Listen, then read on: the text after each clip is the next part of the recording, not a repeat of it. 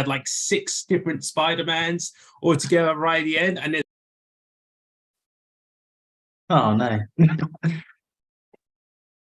Oh, poor little chicken. What happened? I think Simon Simon just got was disconnected. mid-flow and then lost internet.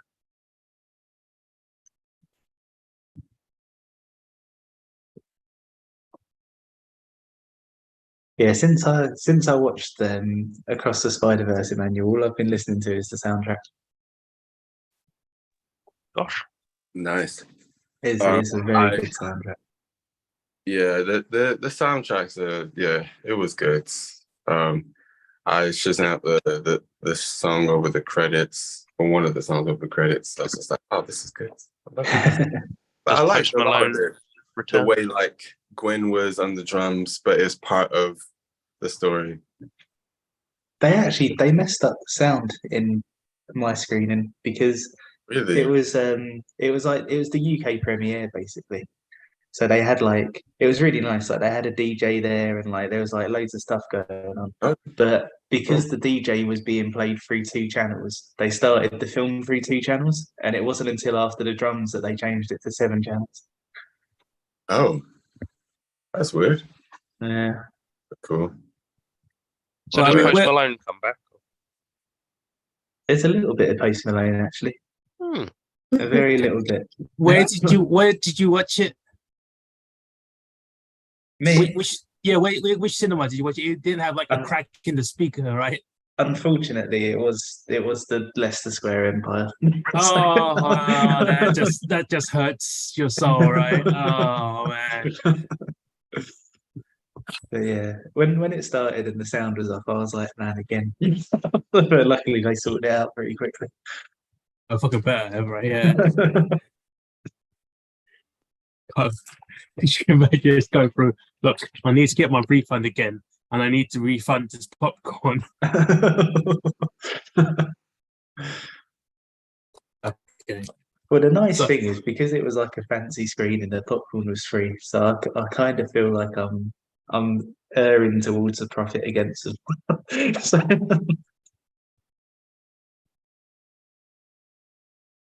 Take that, Square Odeon.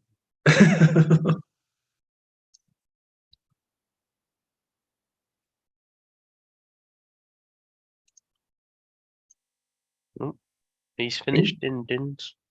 These matches. Oh, there he is. It's Patches.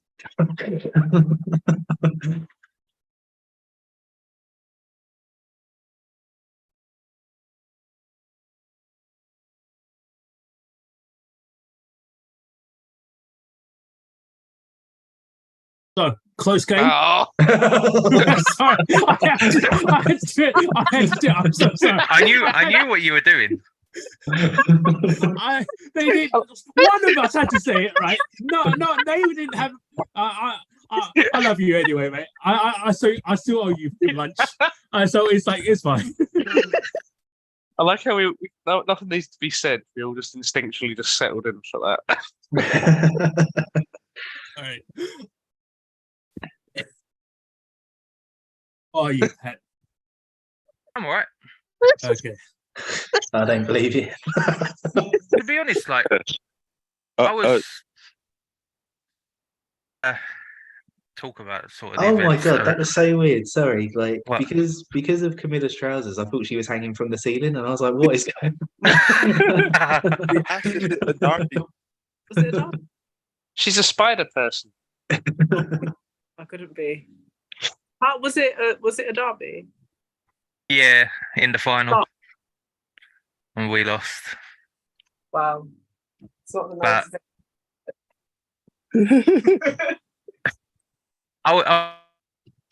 I sort of expected it. You know, they're pretty good. But you know, it's just one of those. At least you got a dodgy Feeling- penalty. Huh? At least you got a dodgy penalty. Oh, it's a definite penalty. No, I can't. I mean, I- maybe by the rules, but the rules need to change if that's Yeah, a penalty. It's I ridiculous. 100% agree. No, Oh, you cut out a bit there, man. I totally agree that because we've been done on that same rule twice this season.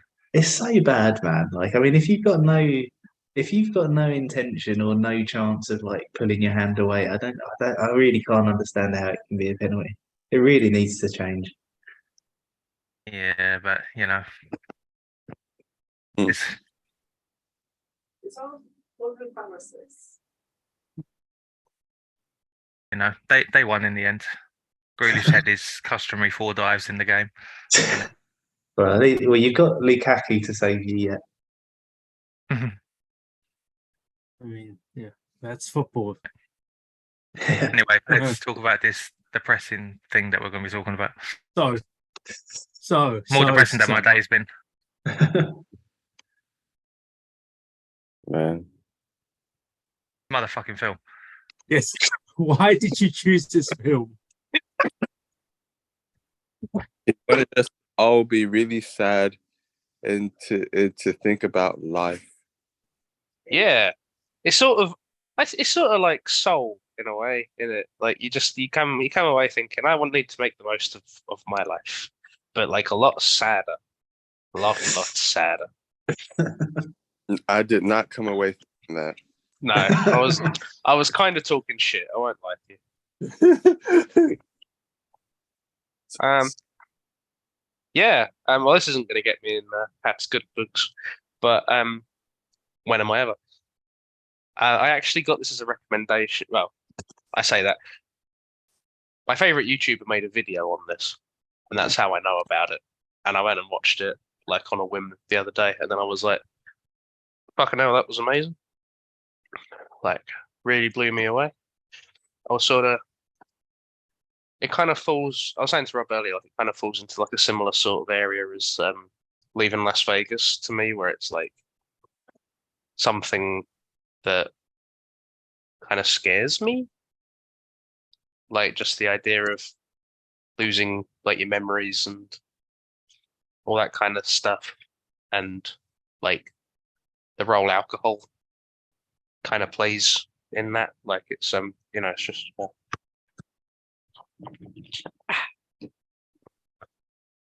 Yeah, it's all something like kind of like very relevant and everything, and like yeah, Anthony Hopkins just fucking blows the whole film away. Olivia Colman's brilliant. But yeah, I think it's all really. I think this is like a very very like important film, and you know, not to rag on Fast and Furious again, but like I do feel like there's a general culture of, hey bro, films are like great because you can just turn your brain off and they're just something to be enjoyed. And if you have a bad or like if you have like a negative emotion off something, you kind of instantly go, "Oh, that was a horrible film. I hated it." But like I do think it's like an important subject matter. Like, you know, films can say a lot of things and they don't all necessarily have to be happy, and they don't all have to be I don't want to think about stuff for 3 hours. I just want to watch stuff like just blow up and shit. You can do like important stuff, and so yeah, that was my thing. I think this conversation that you guys have had a lot nowadays, and especially because a lot of the films that we've previously had on just the film club have been the more depressing films, I guess, or it's not so happy films lately. And it's like, yeah, I get that nowadays. I understand it, especially watching this film. Like, as I think it's Rob, especially you watch a sad film and you be sad. You watch an action film for like the hype and like the turning off the brain, but it's just like watching this film. I think, especially because I think I'm someone who's similar to Pat, who's had a grandparent who has had like a bit of like dementia as well, and like, but like seeing Anthony Hopkins play out the thing and it repeating, it made me go, oh shit, I've seen this before. I've actually seen this in real life, and that hurt my soul because like just to see it happen again, especially with his very great acting, right? It hurt, and I was like, oh, I get it. I kind of get it now more when you guys say watch a sad film to be sad, but I guess it's a point of like I don't want to watch that many sad films, I guess, because it's like I don't want to feel sad, just go purposely I'm gonna spend an 90 minutes or maybe 120 minutes to be sad. And I'm like, I go to work. I don't need to feel sad at home. Because I can feel sad other places at any time. It's just like, so I guess this is like the subjective part of all films, I guess, of like how much you enjoy it and stuff. But it's just like I don't watch sad films because I don't want to be sad. And it's like I feel like it's a bit, I guess, unfair to this film because it was, I think, very well made. I just was sad. That's why I didn't enjoy it. Which is like I wouldn't say it's like an unfair point, but it's just like kind of the point I need to make because like like as I say, this film's great. It just made me sad. And that's the thing for me. Like, I mean, it's not necessarily that I didn't like it or anything. Like, I think it's a brilliant film. I think it's trying to convey an experience, and the experience that it's conveying. I mean, I've never known any. Well, so the situations that it made me think of, they weren't sort of people with dementia, but like the whole thing of sort of like caring for an elderly relative and that kind of thing. Like, to be honest, like, that was a lot of my childhood. Because like my mum was caring for my granddad up until I was 8 and he died, and then she was caring for my nan up until I was 12 and then she died, and then she was caring for my dad as well, like when I was a bit older, and it was it's so well done that it was like making me think back to those situations. And because the purpose of the film is to convey that experience, and it being an experience that I've already had 3 times, I was like, I don't want to go through this again. Like yeah. So it's not. It's almost like a compliment to the film that I've given it 1 for enjoyment because it was so good at conveying that experience that it just felt like living it again for 2 hours. Yeah. Amen. Sorry to put you through all this. No, well, No, you're not. This is the thing, isn't it? Like it's sort Fuck of, you. it's what we've spoken about before. Like I think it's good that films bring these things out of you because although it's like not nice to live through it again, the reason I gave it 10 for purpose and 10 for impact is because it's also something that I don't think is healthy to forget either. So I think that's like kind of what I'm getting at. Like if you haven't experienced something like that, that's one reason why I think this film's important, because like it is kind of showing you the effect it has on people, not just who it's affecting directly. yeah. And yeah, like I say, it's kind of like depicting, because obviously you don't necessarily know what it's like to be in like a brain that's failing, but yeah, it's kind of depicting what it might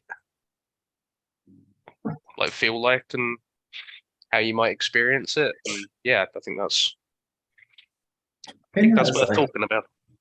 I think that's the thing because I think like going through all of that at a young age, like it does shape how you tend to sort of see the world after. Because I mean, like because of all that going on when I was a kid, like the first time that I slept in a bed was when I was 12 years old. Because like my nan or my granddad was the one who had the bedroom before that. So it was like that whole thing with Paul or James or whoever, where he's like quite open in telling Anthony that he's a burden. That hit me so much harder because I was like, you motherfucker, you don't know what a burden was. That wasn't a burden to me, so it's not to you. Yeah, oh man, when he slapped Anthony, I was so fucking pissed. Yeah. I was that I guess it made me angry as well. So it's like that scene, that particular scene. Yeah, that was like that shook me, man. I was watching it in bed with my earphones in, and I was seething. You're just sitting there going like, "Spot the Tory voter." So how about yeah, you, they- Manuel? Oh, yeah. Were you still talking? Oh, yeah. Sorry, but what was you saying? no, go for it, go for it. Alec, who's the YouTuber? You actually, can you send a link to the YouTuber in the chat, please? Absolutely. Just in case. I if not, no worries. My statement. It was sad and scary, and very well done. That's it. Yeah, it is terrifying, isn't it? I was saying to. Oh, you sent it in this chat. Okay. Oh, I was saying, that didn't occur to me. Sorry. but it's one of the. That's okay. It's one of the things. Sometimes I'd worry about growing up, like hoping that something like that never happens to me, because even though like problems remembering things and recall can be very normal, it's just I don't take that for granted. I think I don't take it for granted. I do remember actually, like I don't want to put you on the spot, Pat, but I do remember years and years ago we were talking about like I think it was just maybe like one night that we like stayed up really late for whatever reason, and we were talking about like the things that we were scared of, and you said the thing that you were most scared of was losing your mind. So I imagine this was a bit of a double whammy for you. Yeah. I mean, like if Mm. it came to a point that I was ever like that and I had family dependent on me, I'd want them to put me in a home. Mm. It's difficult, isn't it? Because like that's what my Yeah. mum always says. And I think it's 'Cause- because of like the experiences she's had of like caring for other people that she doesn't want to put anyone else through it. Yeah. I may as well just cut to the chase and do the opening statement for me as well. But like I didn't experience my decline or my uncle's decline firsthand, Mm. but I saw the effect it had. Like there was a story that at the time, this is before he was diagnosed with dementia. Like Grandad had sold all his suits, and one night he just decides to start his wardrobe and can't find a specific suit. So he accused my uncle-in-law of stealing it and selling it. Jumps in on top of him in the bed and starts punching him in the face. And like the story, the way it was told was really funny. But then when he got diagnosed with dementia, like vascular dementia sort of has a adverse effect. It brings back or it brings up a primal nature to a specific person. Yeah. Like my granddad was in the military as well, so you sort of have that sort of thing that does come out, especially when you're sort of disciplined it. This puts discipline on his kids by hitting like they did back in the day. Mm. That sort of thing comes out, but just hearing the things about his decline, I saw a lot of Anthony Hopkins' character, and like whilst I add the film and I'd never want to watch it again, the acting, like I was saying to Rob the other day, Anthony Hopkins' performance in this is probably my performance of the year for Film Club.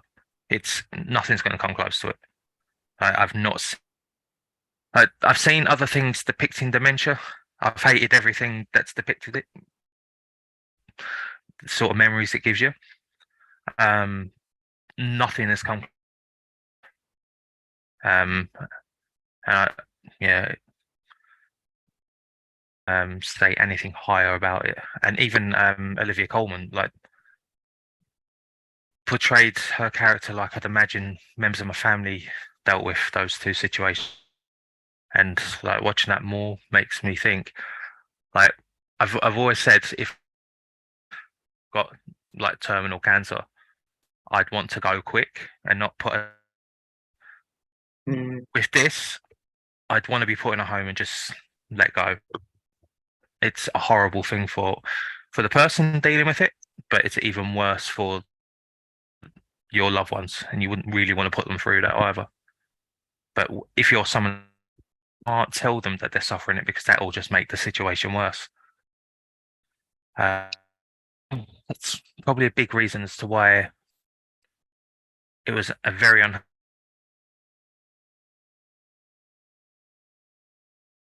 and why I gave enjoyment such a low score. I gave impact a low score because it think of the bad times in the person, like they're suffering, rather than what about the person. So that's why the impact was so low. I'll stop there before I sort of set everyone off. You're all right. You just kind of cut out like, Basis. the important bit. What important bit was it? Bit about the impact. Oh, I gave the impact such a low score because you think of the condition that the person was going through rather than what joy they gave you during their life. Did I Okay. break that? Okay. Yeah, I got more of that. Okay.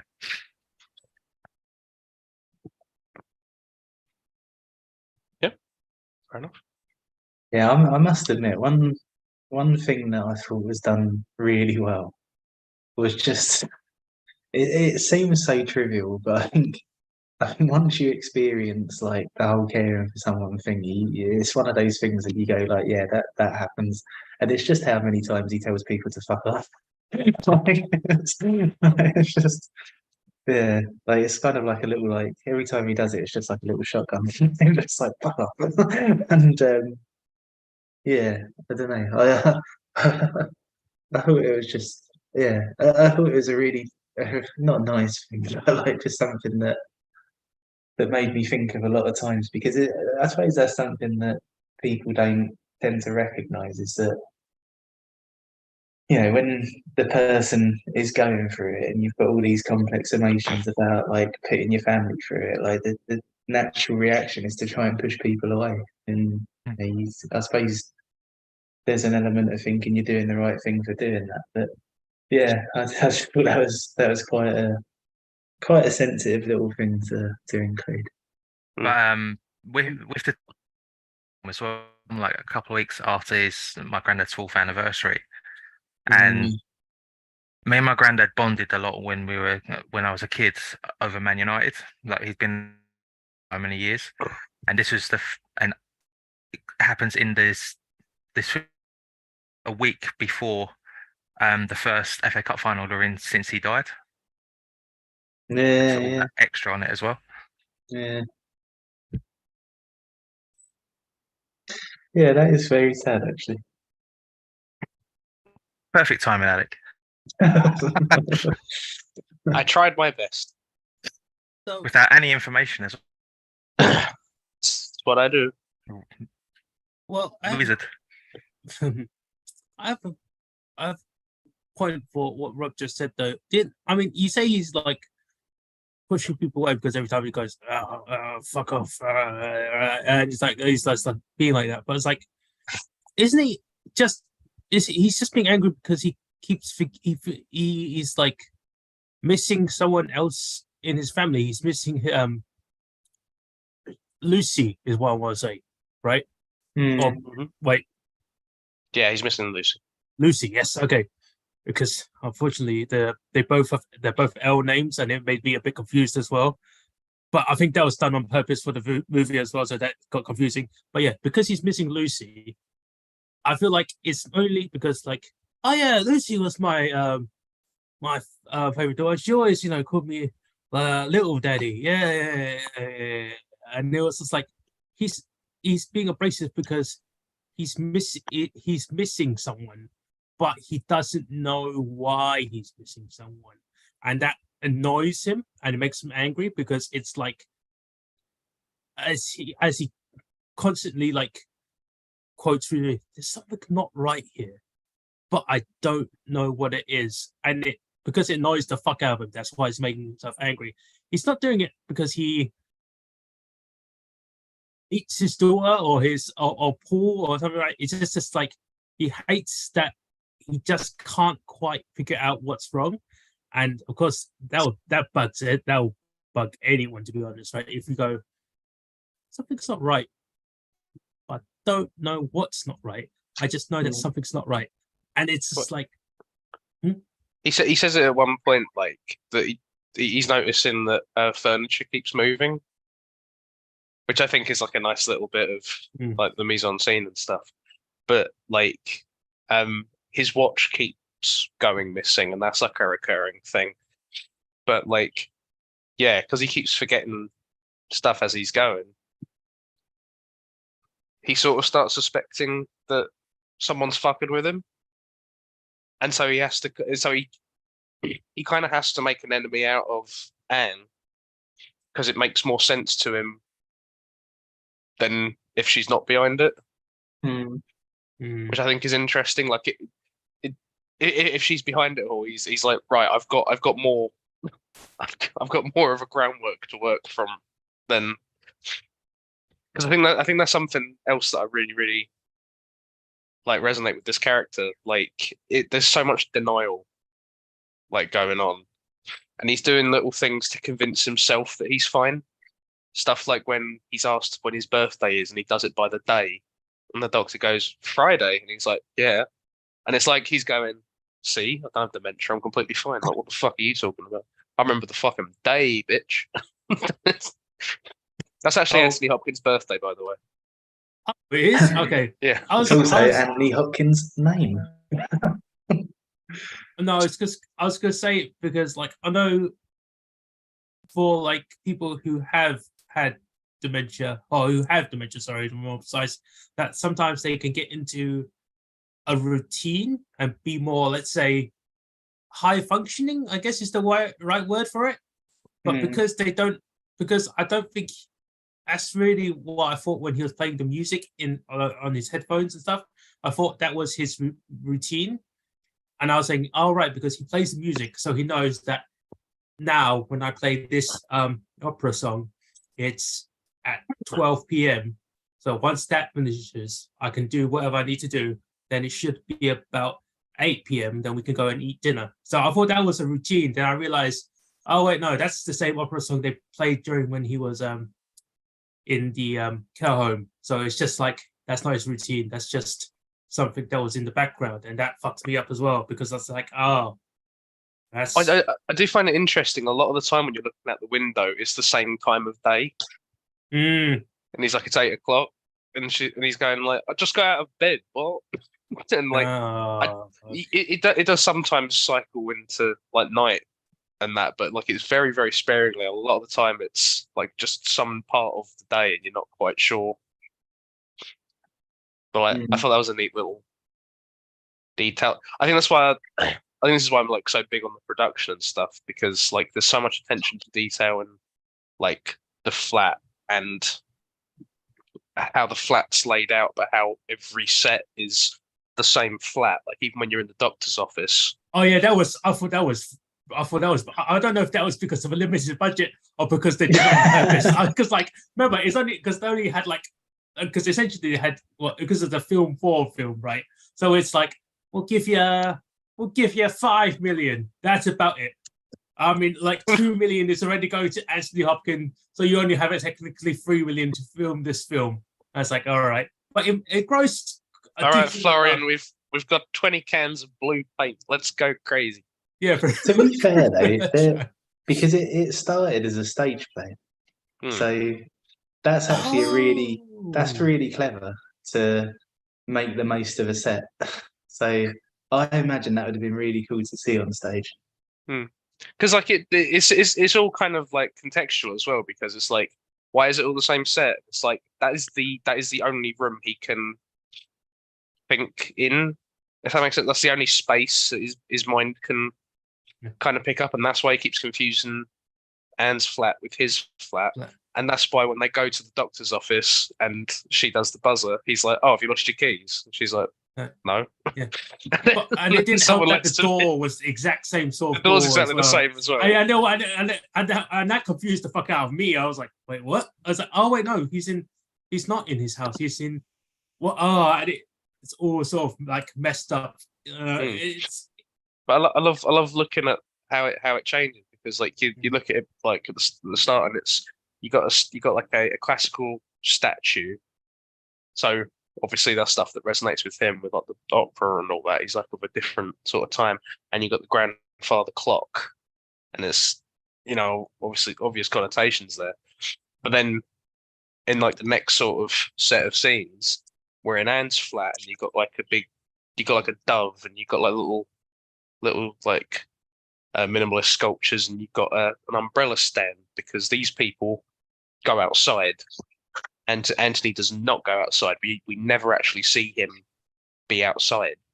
He's always behind a window, or he's always like in a car or in the building. So he has no use for for an umbrella stand.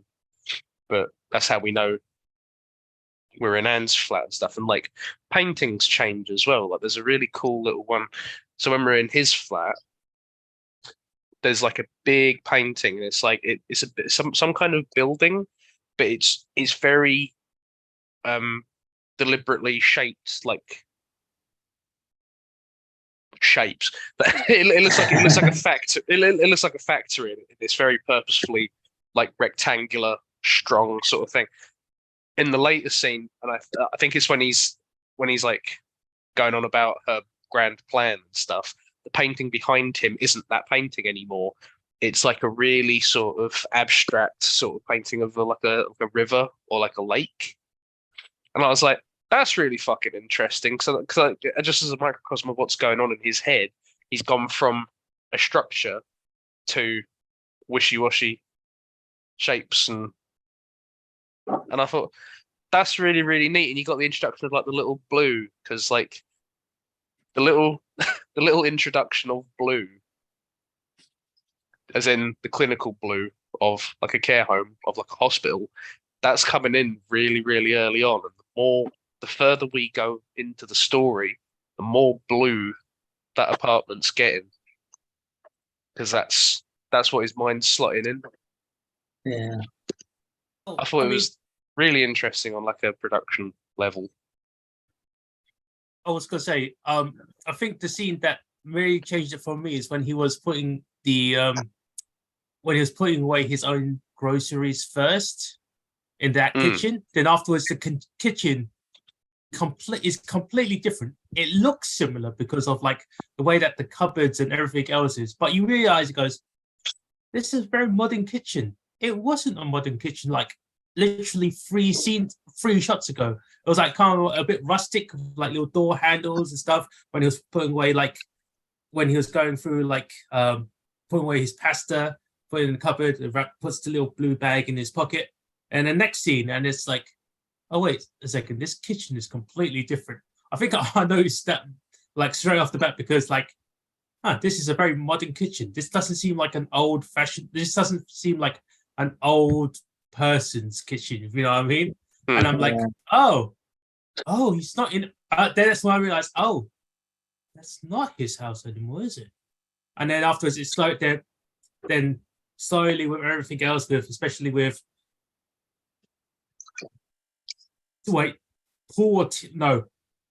Paul, but he looks like Tim when he's reading a newspaper, and it's like, oh hey Anthony, and then afterwards everything changes again and again, and it's like, it's actually quite a lot of like layers between like and artistic choices that they did, especially with like just ever so slightly everything moving, and it feels because it's so done so purposefully, you may not notice, and because you may not notice, and you rewatch it again, but I don't have the heart to rewatch it again, so I might not notice completely, because like I watched it 3 times this week.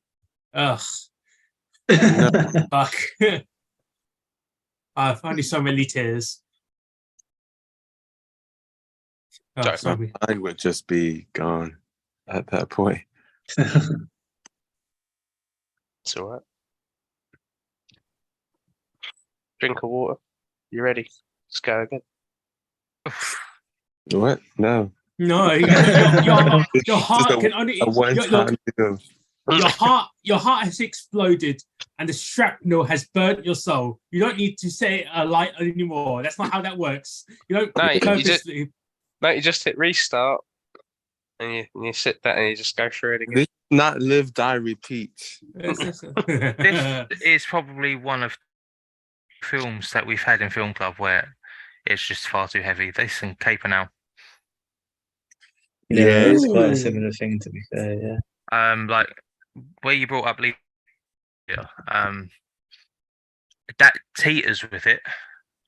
Suppose if you had like an experience with a family, With famine. with family members, Oh, right, sorry. and alcohol issues, and you lost them or whatever, then I suppose you'd have that sort of similar feeling that I had with this, or what Simon had with this. It does vary based on your sort of your personal experience.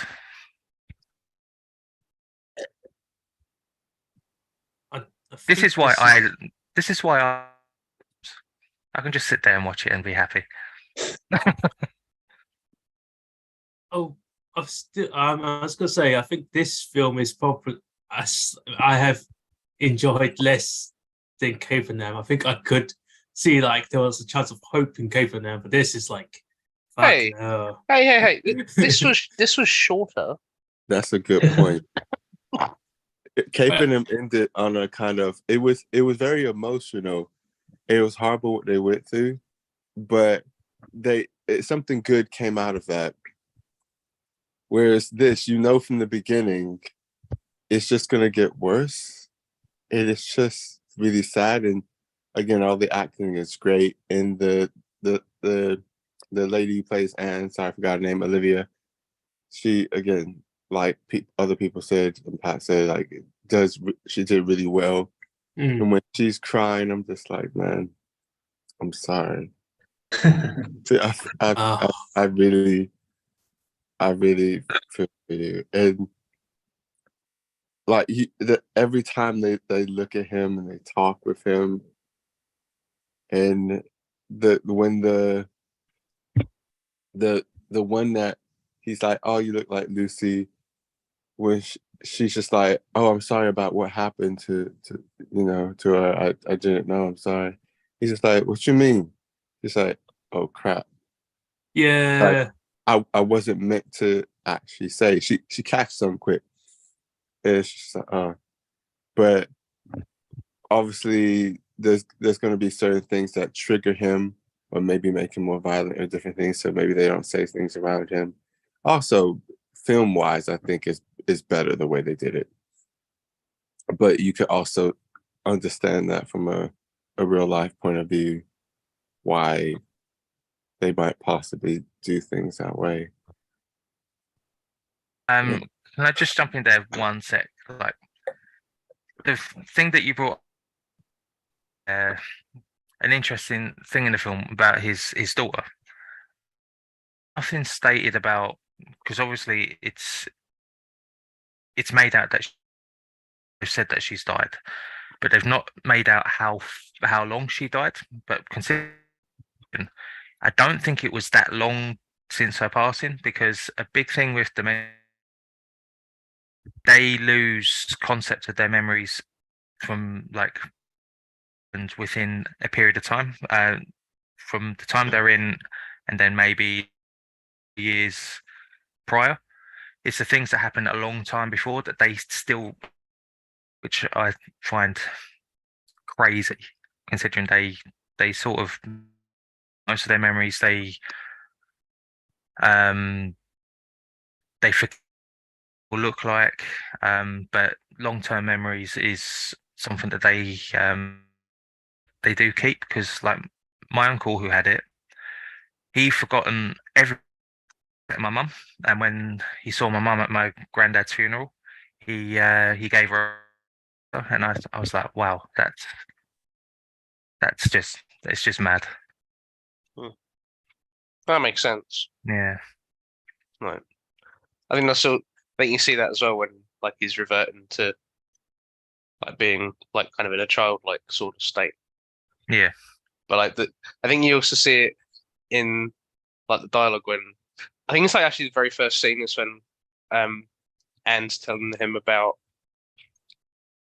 her going to Paris, and his immediate question is when, and then he kind of goes no, and he goes why, and I think that's so I think that's really really telling because he's going when, and he's like doesn't fucking matter, I'm not gonna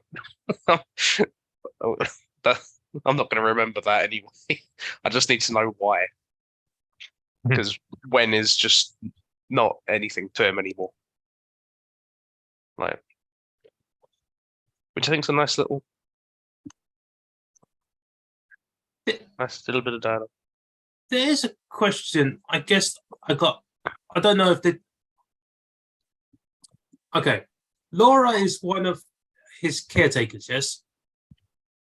But is Laura supposed to be blonde and looks like Lucy, like he says in his mind, or is Laura supposed to look like Catherine, the nurse lady? Because I got slightly confused about which particular look Laura was in his brain and what was the reality of it, because that got slightly confusing. Because well, I think that's him being confused also, but I think you are meant to kind of take it as Laura is the blonde lady, but he's confused. Her being the nurse is being confused with his current nurse, in the same way that Anne coming home, because she's taking like that caretaker kind of role, that's again getting confused with Catherine, because I have a theory about this sort of thing. Like he is confusing different people, like depending on what their role is. So when they speak about her divorce with James, that happened like a long time ago. That happened like about 5 years ago. They later say that she's gone to Paris because she's met a guy called Paul. But this new guy, or like Rufus Sewell, he's Paul. He introduces himself as Paul. Because we're going through Anthony's memories, the last thing he heard was, I just got out of my divorce with James, I'm going to meet a new guy. This guy isn't someone he remembers as James. So he is. So I think Rufus Sewell is James, the guy she divorced, but he is calling him Paul because, as far as he's concerned, this is the new guy because he doesn't remember him. So this is the guy who gets divorced. If that makes sense. I kind of understand it, actually, because that does make sense. Because maybe I think that's interesting as well, just in a psychology way, because he's got, I'm losing my daughter to a bloke called Paul, and so he's like his main rival in this story. He has assigned him the name of Paul because he's taking Anne away from him. Oh, and I was like, that's really interesting, I think. Like, oh no, you've unlocked like a really sad memory in my mind now. Fuck. Oh Christ. Was it about a guy called Paul? No, you've seen well, I think you've seen my siblings. They have somewhat similar looking faces to me, even though we're like different builds and stuff. They have a similar looking face. Like I think from the New Year's call, Rob was like, saw my nephew. I was like, He looks like a mini version of you, Simon. And I think that's what he said. But it's like we have very similar faces, and because like my gran had like that sort of like little things, so he's like whenever one because like I think she associated us siblings, her grandkids, with things like that. Because like, let's say if it was my brother was going to get like a snack and eating, it's like, Simon, why are you eating again? I was like, he was like, I'm not Simon. I was like, oh, yeah, you're not Simon, are you? Yeah. And after that actually hurt a lot because like, no, just not just as I think, it was just like, it was to the point where you just go along with it, maybe. It's like, so if you do something, I just like, yes, like, she'll call like any of us. It'll be like, someone will be doing something. It's like, Simon, what are you doing? And after someone's like, no, Simon's at school.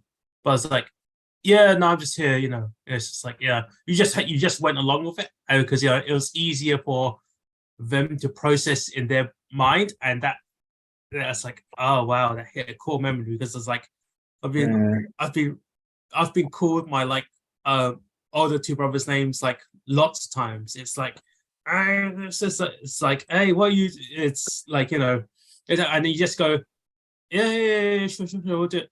Especially, it's funny because it got on to the point. She saw me. I was like, Michael, you seem to get you got fat, Mike, and it's like, no, I was like, no, I won't let Michael take it. No, guys, no, I'm not Michael. I've always been this heavy. I'm Simon. Mm-hmm. Oh yeah, Michael, you haven't got fat. Yeah, just Simon. Like, yeah. Which is like, it's funny because you're laughing at it now, but like at that time, it's like, yeah, that's rough. That's ouch. Just fucking, you've unlocked like a core sad memory. It's just all blue now. It's just like, you have to go, fuck. Still suppose. Is Emmanuel saying something?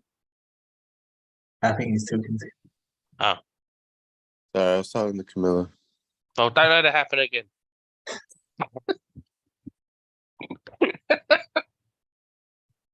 Bless him.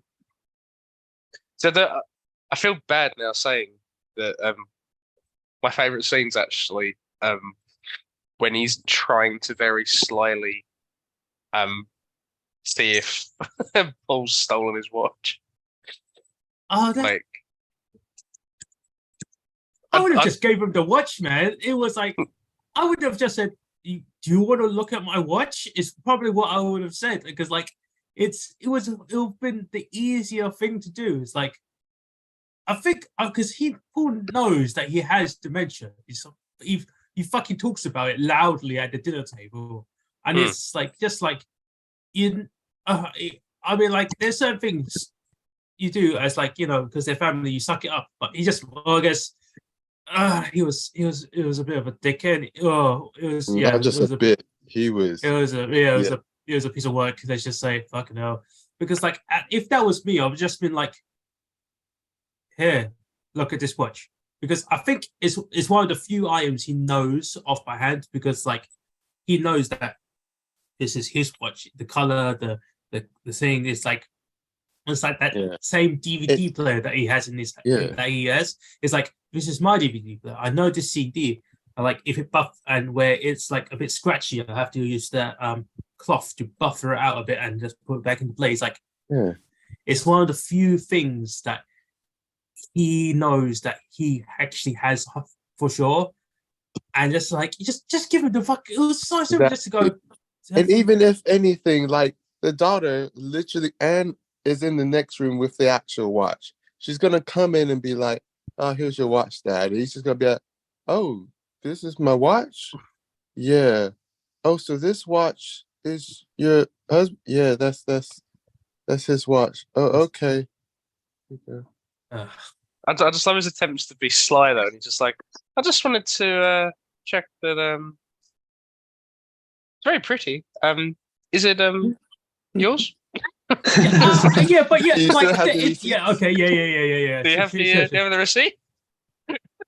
Yeah, okay, yeah, okay. I guess that the way that the words he said was kind of funny, but like by that point you understood his intention that he wanted to fucking see the watch, man. It was like, hey, that's a that's a very nice shirt you have there. Did you buy that shirt? Where did you buy that shirt? It's just like, do you want to know? Do you want me to take off my shirt for you? Is that's literally just got Yeah. thing next. I gotta say though, I don't care how much dementia you've got. I'm not taking off my shirt. Okay, that's okay. Maybe that's a bit much, but it's like he he understood the intention of him looking at his watch, but he obviously didn't care. He's like, my watch? No, we're talking about Anne. It's mainly because I think he does because he doesn't know, he doesn't understand about it, and because he's pissed because he had to cancel his holiday to Italy, is what I want to say. I beat her. He Yeah, was gonna it is. have a party. Yeah, but because he had to cancel his holiday, he's pissed off at Anthony. But it's like sometimes, you know, things happen. Life goes on to certain things. Sometimes you have to cancel your plans. It's like it's not a thing that. I mean, he wants to be in control of these things, but sometimes there's certain things just like you aren't in control of, and like it's the thing about his saying, like the way that you treated him right now, I hope you don't have like fucking dementia and have someone treat you like this. Fucking hell. It's like Jesus Christ, that's like. But I Yeah, would like maybe- to say the way he drinks probably will. Oh, I think they're very careful about making sure there's bottles of stuff like in quite a lot of shots. They're in the kitchen. There's like 3 bottles of wine along the. I don't know if I was the one picking up on it because like I'm me, but like I noticed there was a lot of bottles just in frame, whether they were in the focus, like or not. I gotta say though, I don't. Oh god. I know. I was gonna say. I noticed the 3 bottles one. I noticed like they got less as the shots went on during the day during the dinner scene. So that's like, all right. So he's already like the first bottle of wine already had like a cork into it that was half empty, but it's like you've already been like through 2.5 bottles of wine already. That's not. You're getting wine drunk, can't you? I remember showing my dad this, and that bit when he has the whiskey, and he just downs the whole thing. Dad just went, "Fuck."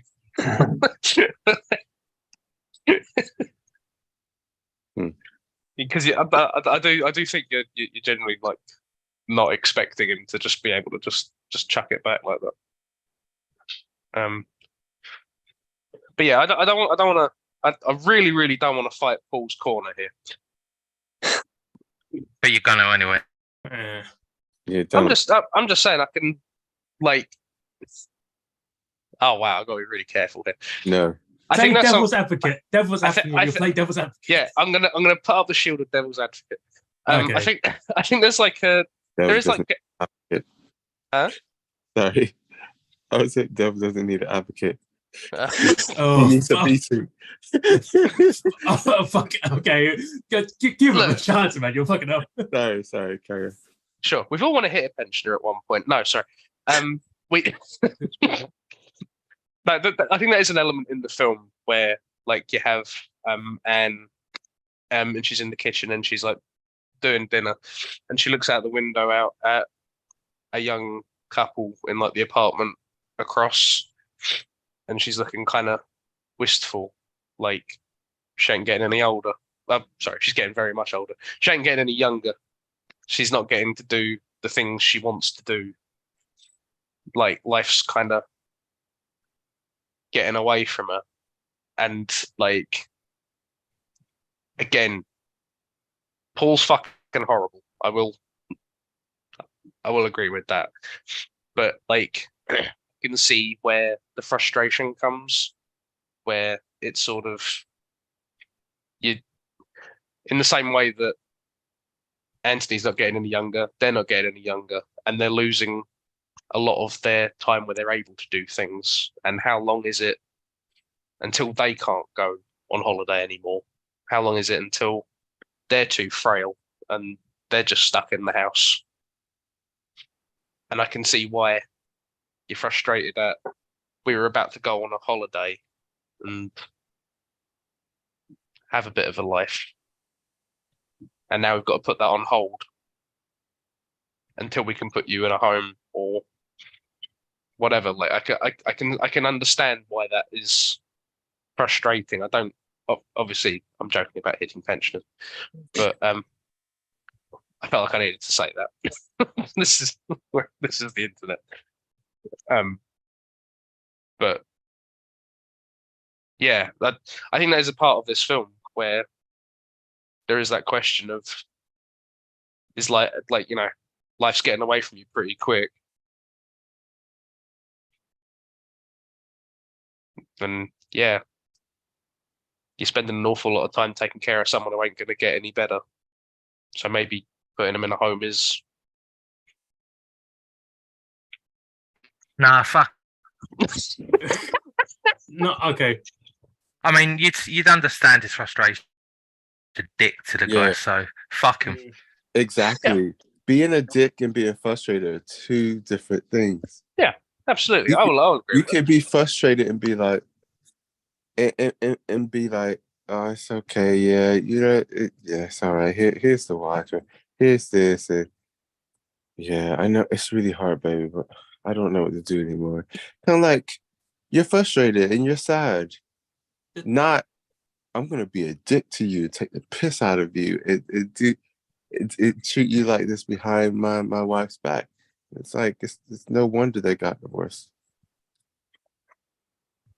I thought you had a knife in your hand. Just I know it's a Yeah. nail file. it's a nail file. No Okay. wonder they Okay. got divorced. I was like, Jesus. Okay. Like his fork. Anyway. You know. But yeah, you are right. Like, you can understand the frustration without condoning the behaviour that comes out of it. Does anyone else want? Sorry, I've given my favourite scene. Does anyone have a favourite scene? Good luck. Oh, I do have a favourite scene. Okay, go on. Fucking hell. We watched on Netflix, right? Now Rob knows about this, so he's already laughing. On Netflix, and you know when you get to the end of the film when it says, how about watching these? And they have like 3 different windows. That was by far my favourite experience of the What I film figured it was something like that. did you get suggested? That was it was my most annoying thing when we talked about this last time. I got to the credits. It literally was just like, oh, we're gonna play this trailer in 5 seconds. I'm just like, I don't want it. I press the X. It goes off. I'm like, I want the fucking credits. I go back, fast forward to the credits. It comes up again. I'm just like, let me press the X and not realize, wait, why is it not working? I go back again, press in the middle of the screen randomly, and then it lets me watch the credits. And I think it tried a second time after that. I'm just like, just give me peace. Honestly, I just want to watch the freaking credits. Mm. I just absorbed a lot. Okay, that was a hard film. I want to just listen to the music and soak it all in. Why are you disturbing my peace? And then I maybe there'll couldn't be get an Well- end credits scene where we do like the Father cinematic universe. to be fair, the sun has already come out. It's fucking Oh. dreadful. But yeah, no, that Credits was come like up. that was the worst experience for me this week because I was sitting in bed watching it and it ended and I was feeling all fragile and I had tears in my eyes and I was just sort of reflecting on what I'd just been through. And then all of a sudden it went like doo, doo, doo, doo, doo, and I was like, what the fuck's going on? And it was like Queer Eye, season 7. And I was like, That sounds like a better time. I mean, yeah, Patrick. probably, but like it's just like I had no idea. Well, it's just that you're because I mean this is gonna be a thing about Netflix again. It's just like because because sometimes it recommends stuff you haven't finished watching, so it's like and I share and oh my I have a Netflix account that multiple people use. Yes, but like but it's because like I was watching this film and after just us like credits sniffing a bit, trying to go through. Wait, what? Fucking there's a new fucking animated Godzilla series. What the fuck is this? Oh, okay. Okay. No. Okay. I'm just gonna turn off the TV. Okay. It was fast just to turn off the TV. It's more of a, well, because of this film, right? Everyone thinks I've got hay fever. At least my mum did. Yeah, because I was going. Then after it's just like, oh, Simon, you got the sniffles and you got some like tears in your eyes. Do you need some hay fever medicine? I was like, yeah, sure. I'll take some fucking hay fever. I'll take some hay fever medicine. Yeah, let's get some hay fever medicine. Yeah. It's nice. No, I was just fucking like tearing up with this film. Fucking hell, Jesus Christ. Favorite scenes is very hard to choose from because it's very hard to say what was your like favorite scene. I guess I don't think we've had one where like it's been a unanimous low to this degree. So if no one does have one, that's fine. I feel like I say favorite, but I feel like the most interesting scene to watch is when he first meets Laura. I guess is when he went and downed the whiskey, and it's talking about him doing tap dancing is what I want. Yeah, I feel like that was his brain going, aha, I've got you. See, I know what you're doing. I know what you think you are doing to me. I'm not gonna let you fucking do it because I've still got my wits and my brains about me. That's what I know the type of person you are. So fuck you. And it's like you just got angry at her because she wants to take care of you, and that hurt as well. Just saying it out loud. Just think about it. It's like just try to make sure that you're okay, and you've essentially told her to go fuck herself. Essentially, was what it was, and it's just like, and like Olivia Colman's was like, "Oh, I'm so sorry, Laura." And Laura was like, "No, I understand. These outbursts sometimes happen. I get your case is a bit more serious than others." And I was like, that level of empathy just to see like they have, and it was like that warms my heart slightly because like especially for her character and for Laura as well. It's just like she essentially Laura was saying to her is like to Anne. That's it. I kept forgetting the name.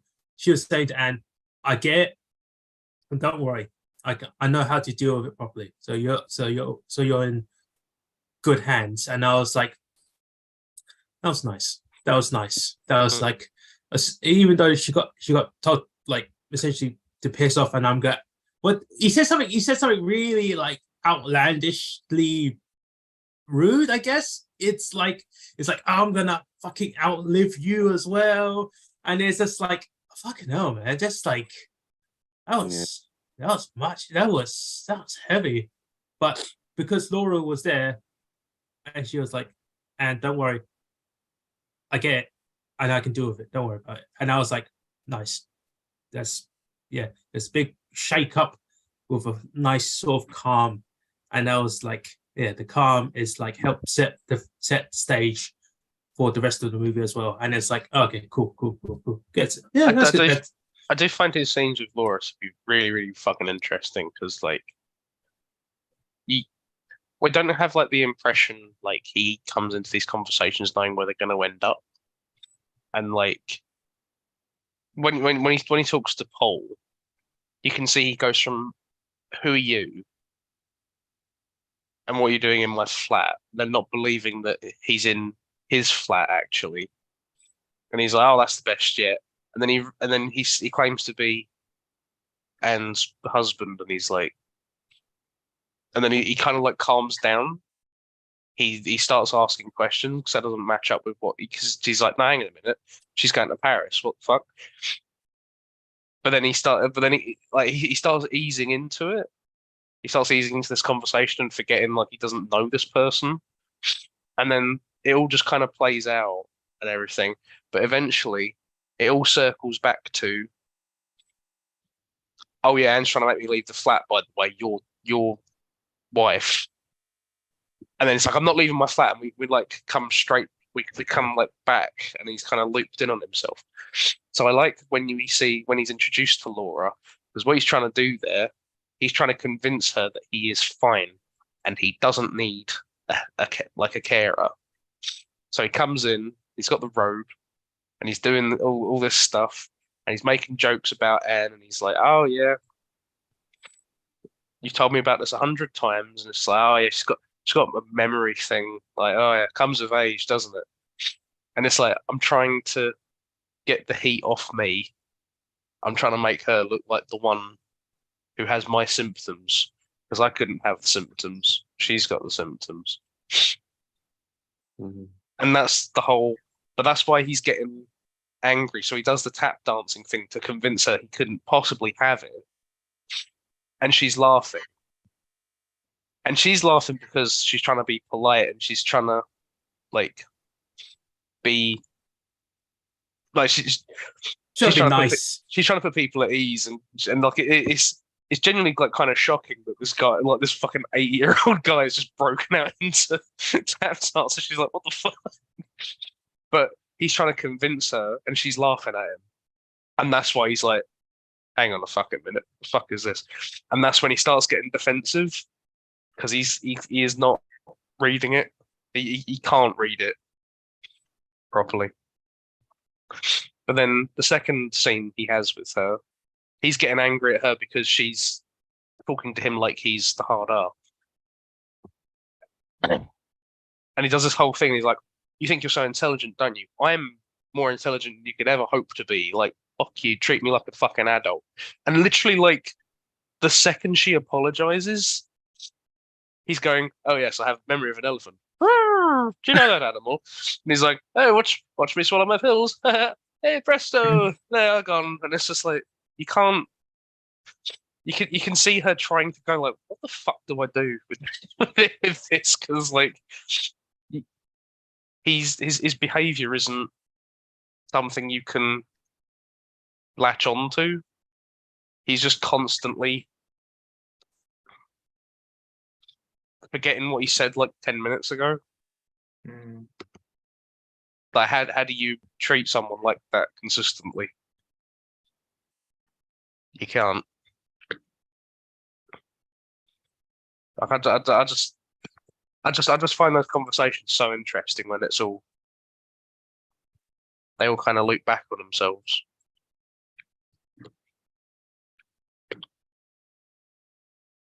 Yeah. That's why when you have like two older siblings, and like you have like three more odd people like taking care of like one person, it's much easier. But like obviously with this, it's just like Laura and like the girl before her, Abigail, was like, you know, Angela. Oh, Angela, fucking, I can't even remember the names. Fucking, Oh no! Because like they did it on purpose with Laura and Lucy, right? Then afterwards, fucking, my name's Catherine, and I was like, oh fuck, it's not even, the names aren't even fucking similar, and like but like, and it's all fucking confused. It's all fucking messed up. For a in his moment, head. I thought blonde Laura was Angela, and I was thinking, was that the one he eventually fell out with? And then you had this new one who, it's like, dude, I don't know. Yeah, it got fucking hell. There was some confusion, right? And like that confusion did not help at all. And that's Yeah. Which was the complete point of the film, and like complete point of what the actors and the characters were. But like, oh Jesus, and it didn't help when I went to IMDb to search who was who properly. Catherine's name was just the woman. I was like, wait, what? It was like, yeah, because she's supposed to be more ambiguous to which one she was. But like afterwards it said the woman, brackets, Catherine. And it was like, you're confusing me on purpose. What the fuck is this shit? Because like, fucking hell. Yeah. It all got confused. And it's just like, so anyone else with favorite scenes? That's okay. I wouldn't. I don't have a favorite scene. But You must have liked the bit when Laura was like, "Oh, he's quite charming," and she's like, "Yeah, not no, always." that was really sad. Yeah. The whole film was freaking sad. To be fair, though, that scene, that's the only time where I was going like, oh, we're getting a bit of joy, and then it just like, it's like Every scene where he interacts with Laura and he says like he's trying to put on his jumper and sorts it out for him and puts it on him and he goes like, and thank you for everything, and she's like, and I was just those are the bits that make me tear off like quite a lot, where I'm just like, oh fuck, like that meant so much to her. Or like when he puts his hand on her shoulder, or when he compliments her hair, or when they're just having a laugh in the kitchen. Like it's just those little moments where they're both just happily interacting. I'm just like, this is nice. It's gonna take up about 3 fucking seconds, but yeah, I think one of the most, there's many, but one of the most impactful scenes is the last scene. And it's just like, man, that really sucks. It's I'm just there. I've got no words. Got nothing to say. It's just there. It's like, I think the one that actually had the biggest impact on me was the one where he's in his pajamas and he wants to get dressed properly because he doesn't want to give an impression of the guy who's in his pajamas. And there's just like the whole thing about like, no, you don't need to do it, like just stop being silly kind of thing. Because like he's really like panicking about being in his pajamas, and it just that one really unsettled me.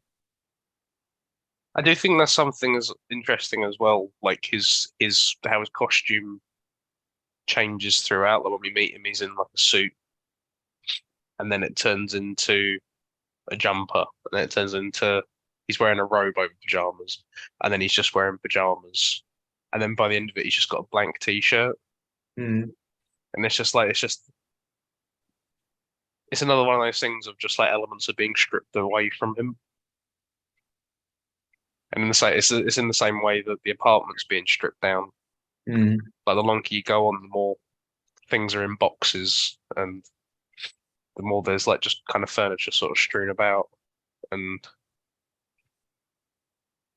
yeah, like you say, that scene's really horrible where he's not. It's not even important for him necessarily to be dressed. Like, yeah, that's really rough. I do just want to say about the choice of opera in this. There's 3 tracks of opera, and I was curious as to why they picked those ones, but I found it quite interesting. So when we're introducing Antony at the beginning, it's Purcell's King Arthur. This is all from Wikipedia. I don't know how much of this is fucking true or accurate. Okay. I'm going by synopsis. I don't know fuck all about opera, but apparently Purcell's King Arthur is a story about King Arthur, naturally. But he's like traversing. He's traversing like an enchanted wood that's like yeah, like been fucked about with it. It's got this full of like illusions and everything, and it's about King Arthur trying to get people out of an enchanted wood, basically. And like his beloved is a blind woman who he's trying to guide through. But I thought that was an interesting thing as his intro opera song, because it's like, yeah, he was like the kind of the king of this domain, really, and he had people who depended on him, and people looked to him to be the head of the household and stuff. Yeah. And obviously, that's not something you're going to pick up on if you don't know anything about opera like me. But like that's setting up who this figure is supposed to be. But yeah, obviously the What's the thing little- about the blind person leading him? oh no, he's leading the blind person.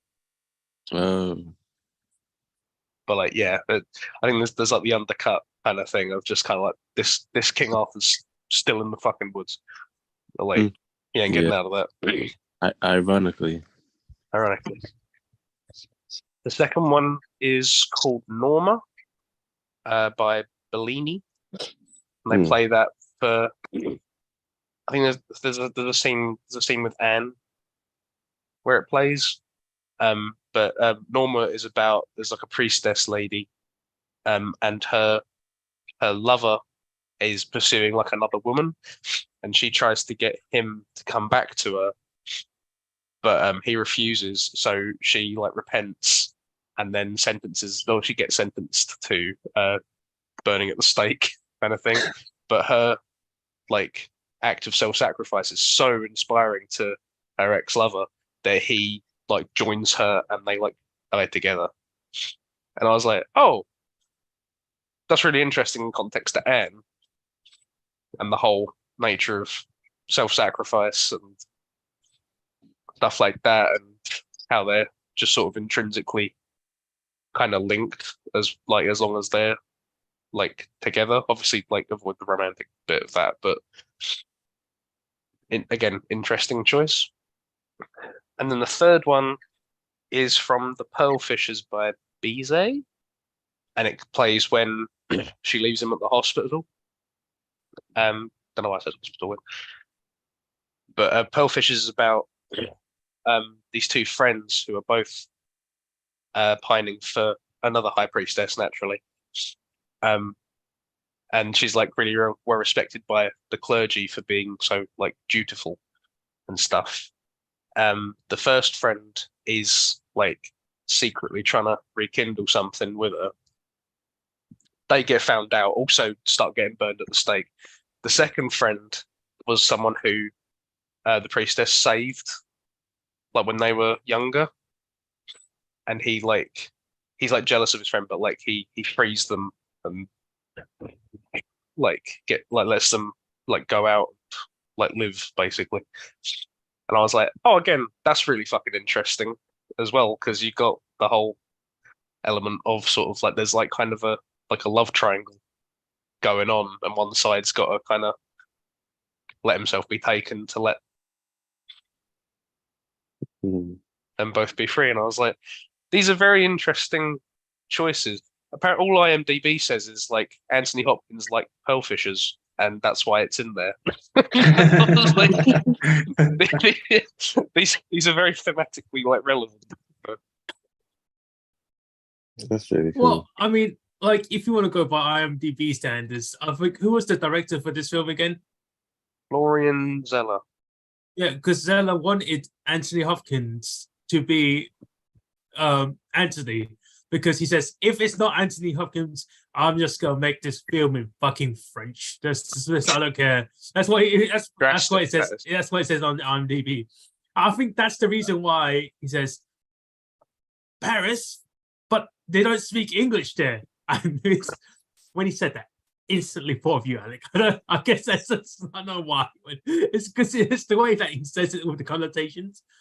That is not my Paris. problem with the French. Just disclaimer.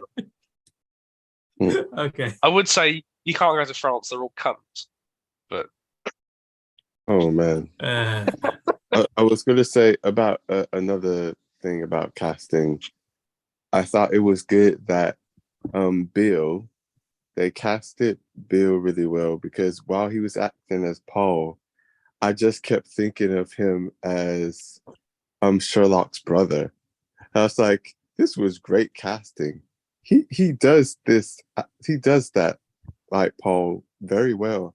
I prefer him as Paul than the one who is actually James, but he's imagining him as Paul. Whatever, confusing stuff.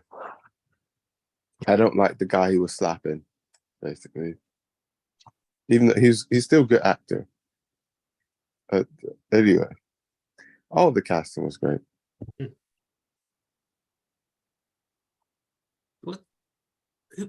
Did we find out who played Lucy? Because I feel like that was another actress entirely, right? Because because in my mind it was Laura who was lying in the hospital with like with the old hospital equipment on her. But I was like, wait a second, that's not Laura, because that would be too similar, I guess. But it's like that was another actress. I think I saw it on IMDb, but I just don't know the actress's name, because like we only see her in like a shot or two. I was like, oh, yeah. let's Because- look her up. Evie Ray. She was in About Time. Oh, dear. So I And guess about time we started. the Cruella remake. Okay. Anyway, Yeah, about time. Yeah, okay. So, Yeah. All the puns with that film. okay.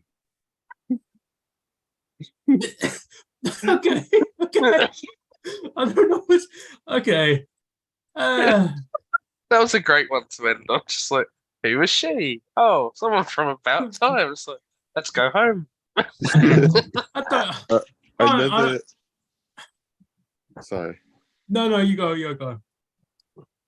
I was just gonna say this at multiple points. It made me think of Memento. Memento.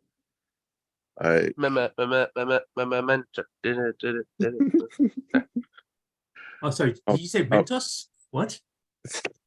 Oh man. Oh, but how have you? I no, it was just a pure coincidence. I just said the Mentos on me right there. It's like, Oh, This is sponsored by Mentos. No, no, it just made me think of or reminded me of Memento at different points. Just the whole kind of, he's memory kind of thing. He doesn't remember any new days. Obviously, his memories ain't jumbled up. He's just not gaining any new memories. So he has to write everything down, of course, and like go back. But then in this case, he's not aware that this is really happening to him properly, only for moments, and then fleeting moments, and then it's gone.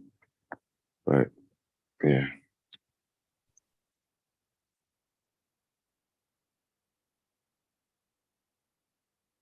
when was this film? I've never seen Memento. When you was? Oh, You that's should. It's a good film, Alec. Wow. it- We're in the forum to make it happen. when was this? I film- don't want to pick it. It's not the happiest film. Yeah, it's not. It's one of those kind of like depressing films as well. Not the most depressing film, I guess, but it's still quite. Well, no, depressing. that's clearly mine. Oh no, I think Requiem for a Dream is probably worse than this, definitely. I'm not saying we that haven't had either. that yet, though. Well, yeah, but like it's there. I mean, I've put a pin right there, and I've always This is- dangled it. I could always pull this down whenever I want, but I'm not going to, because I would probably fucking start bawling my eyes out if I actually had to watch it again. I've been wanting to pick Requiem for a Dream since we started this, but I just haven't been able to bring myself to do it yet. I ain't got, I don't have the courage to go. It's I've probably not seen it myself. Oh, man. Put it this way, even though what I would say, I'll say two things.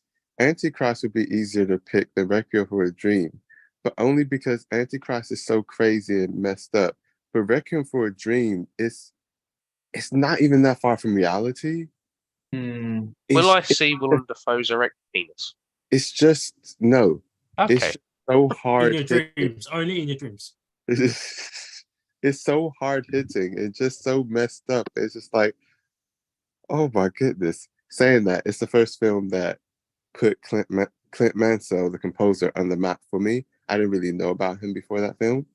And then after that film, I started paying attention to his music, and I love his stuff. I'll be honest, Requiem of a Dream sounds more appealing to me.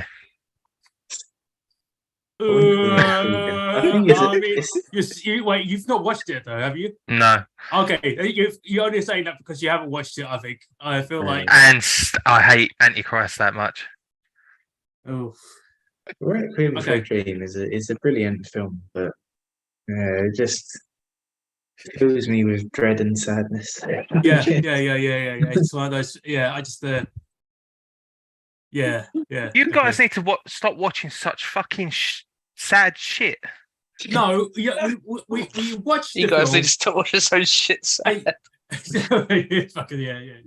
I mean, say that most of the sad films I picked, I didn't watch. So yeah. I guess I've got to pick a film I haven't watched yet. I guess. It might not go well though. Just warning you. I do it at my own risk. Yeah. I did it.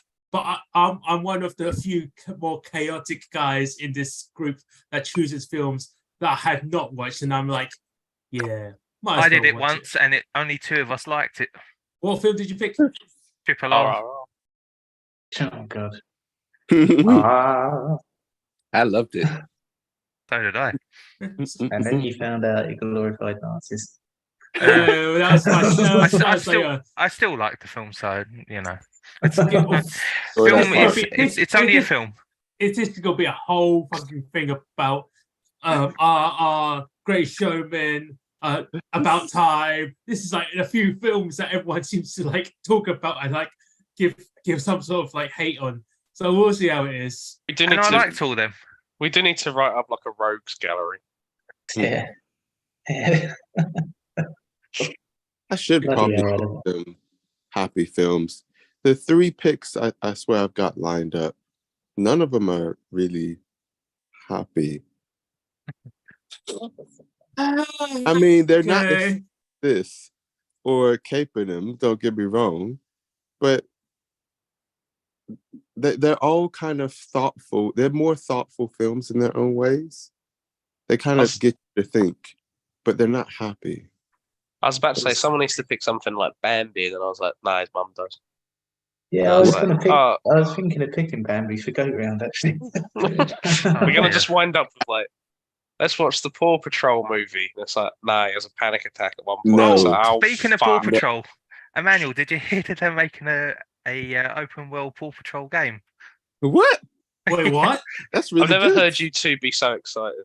No, I find it funny because the developers are saying it's going to be on the same sort of map scale as The Witcher. Really? I'm like, how are you making a Paw Patrol game that big? They got some budget. What studio is this?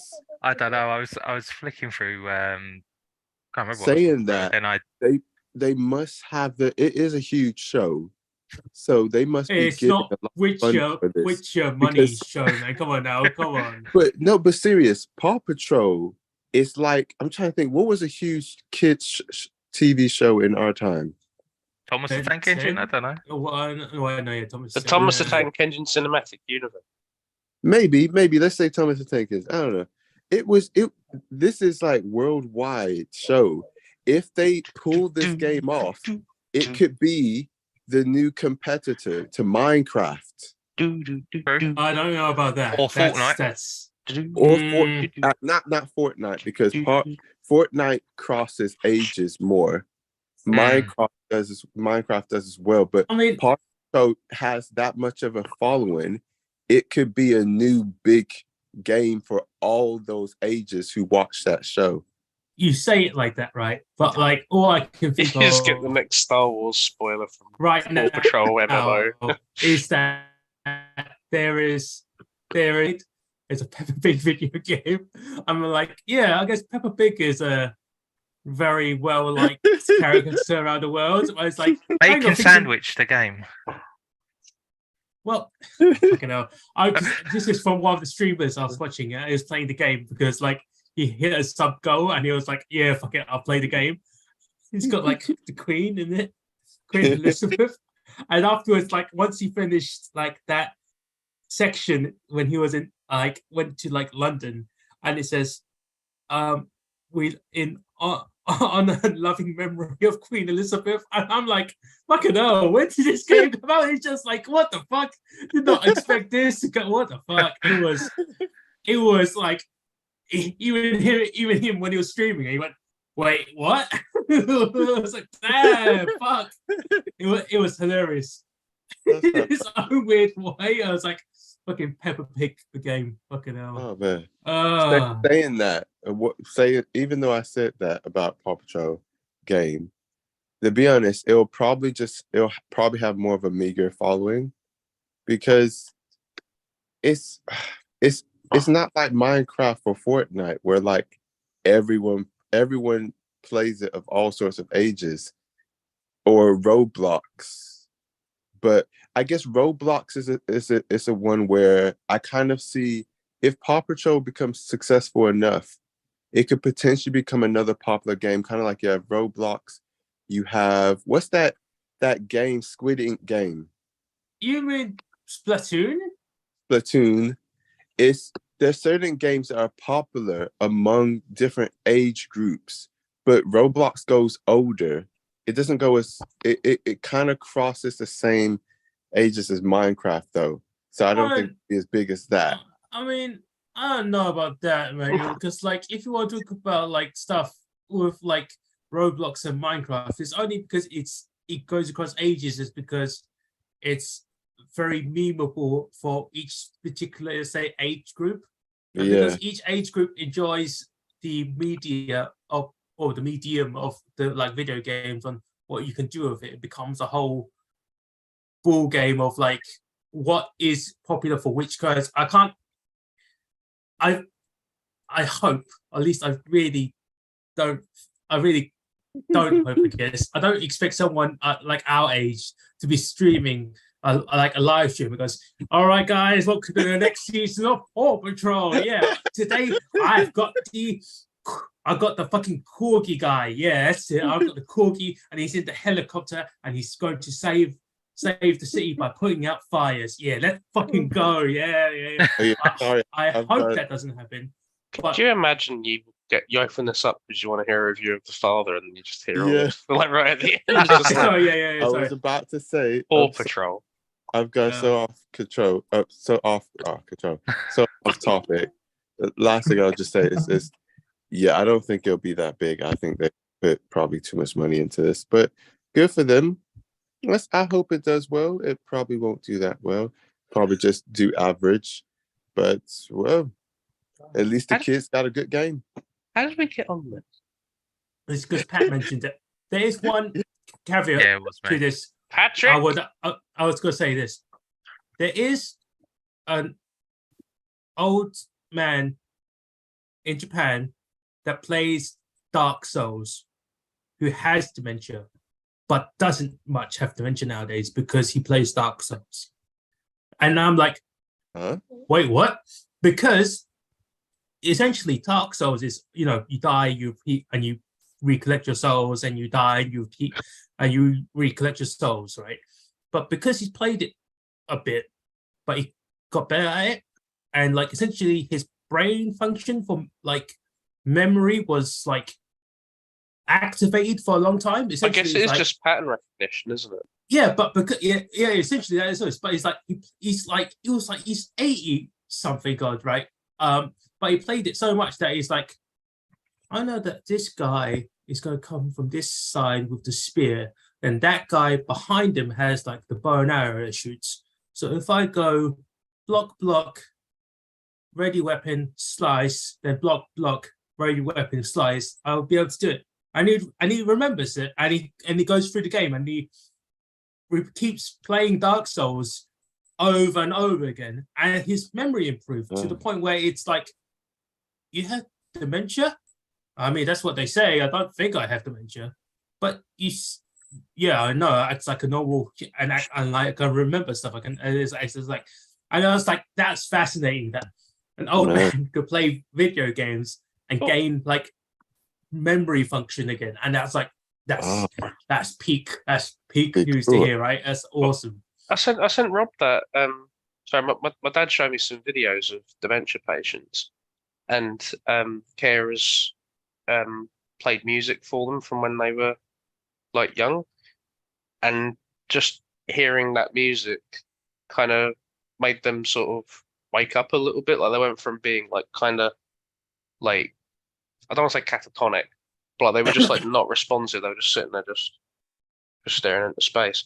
And then literally they put on some music from when they were a teenager, and they just kind of like woke up, and they started being able to have a conversation because it was awakening some part of their brain. Yeah, it's the routine part. Yeah. But it's like music's like such a gateway for like memory and everything, and like I thought they were really fascinating videos. So just seeing them just light up again. I can link those too if anyone wants to see that. Yeah, sure, why not?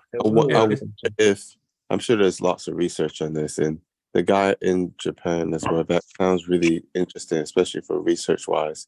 I wonder if doing that. Oh yeah, you can send us a link in the chat. I wonder if doing that kind of stuff in the music and whatnot. That's all right. I wonder if doing that kind of stuff or playing that kind of stuff fires off enough neurons in different parts of the brain to kind of help different parts of the brain function when they usually wouldn't. Like maybe it needs those kind of triggers to kind of keep going where we usually don't need those triggers. We're just okay to keep functioning, but maybe they need certain triggers like that to actually function closer to a normality, to get their brain to fire all over the place and connect to different parts or even lost parts of the mind, which might have damage or different things. I don't know.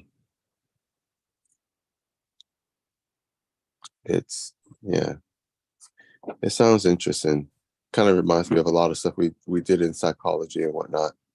And I don't know if anyone else was with who did anyone else here do psychology in A levels? Not in Sydney, I didn't. Oh, you did, Alec, yeah? Mm-hmm. For I think there was a module you got to pick a part of it to study. What did you study into? I have no idea. That's okay. I studied into memory, which I was talking. It was one of the things. It was one of the things I was like most concerned about. My memory sucked, and I was trying lots of things to try and improve my memory and whatnot, memory recall and training it, et cetera. But also, you've got the whole part of the short-term kind of thing and long-term memory, like damage in different patients, the people who have the real-life memento type patients, and then the amnesia and all sorts of things, like how that kind of works. And anyway. It's interesting how the brain kind of works and connects memories and stuff. Yeah. Also, how unreliable witness testimonies are. But anyway, yes, that's not. Yeah, that's not this film. That's So, was there any final thoughts for this film? Anyone? I've done Good. tap dance a tiny bit, some jazz tap dancing. Only for a little bit, though. You know, I only know really a few moves. Sorry, Alec, you were doing Ben. That was good. I she was here. That is my tribute to him for today. He'd have to go all the way to the end of the street to hear me say it's good. But Yeah. very well. Well, thank you guys. I appreciate you all sticking it out and watching it one time each. I know this is sorry, that sounded very, very caustic, but like yeah. This wasn't an easy subject. This wasn't an easy watch, and you all seem to have a personal experience with this in some capacity or another. So I appreciate you watching it, and I appreciate you talking about it. So, thank you very much. That was a nice end. Yeah. Just don't pick something like this again. I'm just kidding. That wasn't a nice end. It's all right. I'll stick with Lion King. Yeah, I'm just kidding. I'm just kidding. So, Pat, what's your picks of 2 films that I got to try and watch this week? Well, I've actually been toing and froing which sort of combination I wanted to do. Oh no. I decided to stick with what I've been wanting to pick for a while, even though John's not here anymore and it was for his benefit. I am picking Terminator 1 and 2. Oh. Okay. But at least it's not depressing. Well, it depends what angle you look at it from. That is bad that like a post-apocalyptic robot coming back to kill people. Even more relevant now. At least when you work in retail, you begin to support the Terminator. And I don't think you do. Yeah, you do. I mean, you kind of do. Especially during half term. Fuck me, this was a hard week. Sorry, man. There's adverts for Smith Toys, like even in the cinema now as well.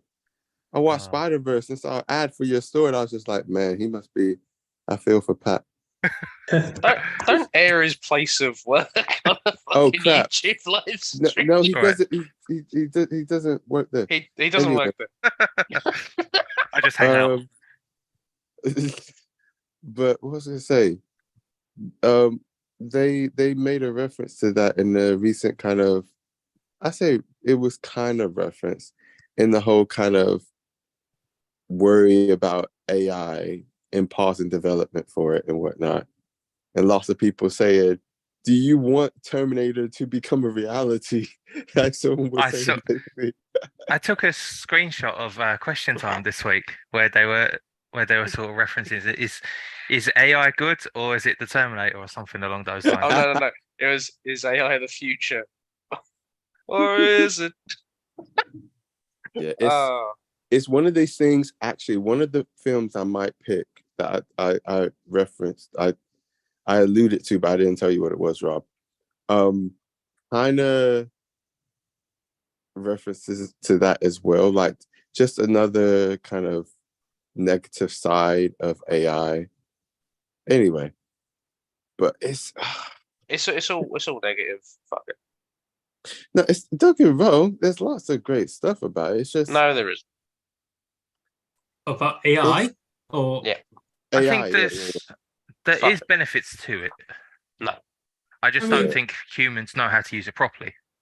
Yeah, it's a tool, right? And it's like depending how you use the tool, it could be used for good or bad. As always. I mean, AI is designed as an assistant, not to actually do the thing for you.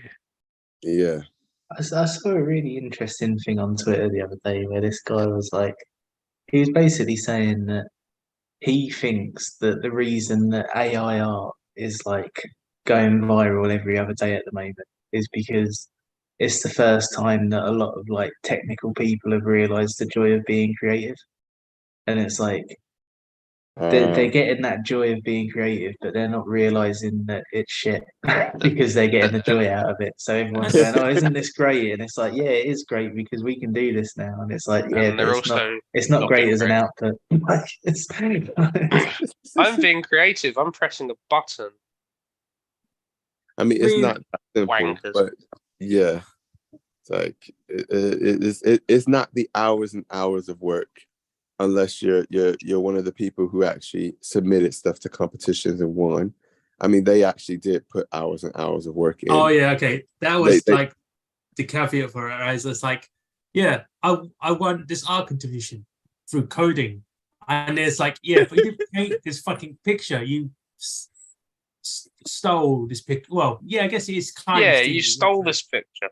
Yeah, so it's just like a whole thing. Is like, Yeah, it's like, is it still art they made if they put tons of hours into making it? They just didn't make it in the conventional way. but Yeah. you throw shit on like a canvas and call it art, you know. So it's like that's art.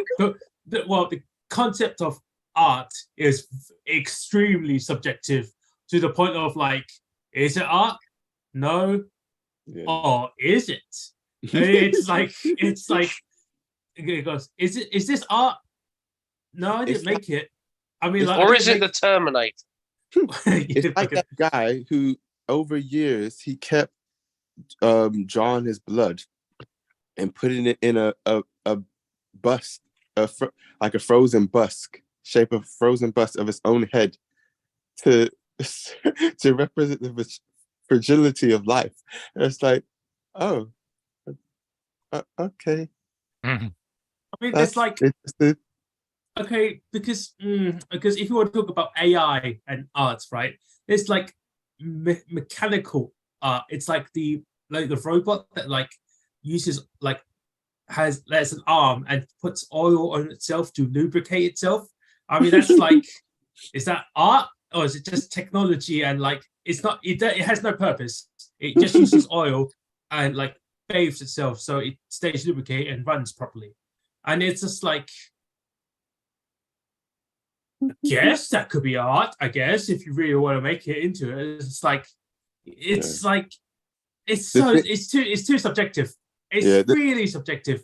The two things I'm most worried about, if I think about it now, when it comes to AI, is two things that are like have always been there, never gone away, and things we're currently going through now.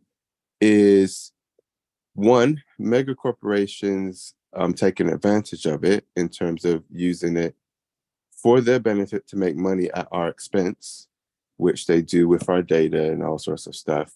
And they've always been doing that for time. And bad actors, basically people or in criminal organizations or like people who are using it for the wrong reasons, like bad reasons. Bad reasons. Wait, as acting, I'm a bit confused. Do you mean like? Oh, sorry. When I say bad actors, I mean you can have someone. No. I mean, like, you can have a terrorist. You could have criminal organizations. You can have people in dark places of society who can use it for bad. Okay. And use it to hurt other people. And use it to cause lots of problems.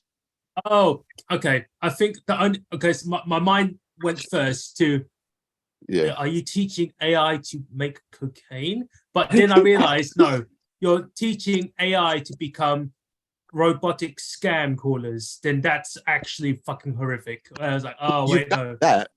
Even worse than that, you can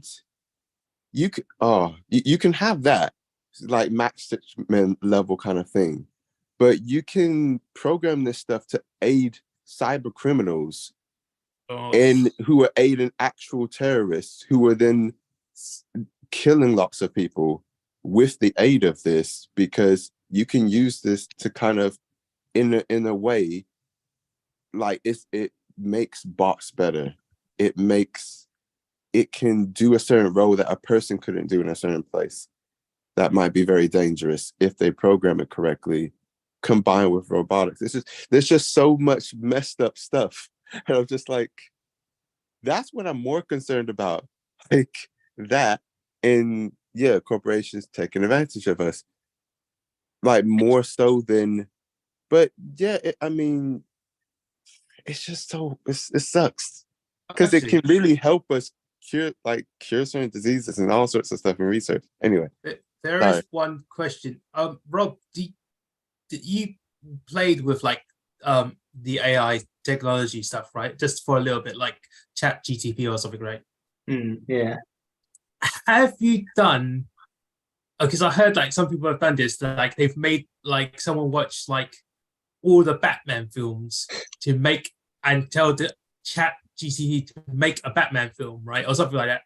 Have you tried squashing all of the Good Brothers Film Club into like the AI, right? And like, okay, make a episode of the film club. It could You could probably, it's probably at the point where you could do that now.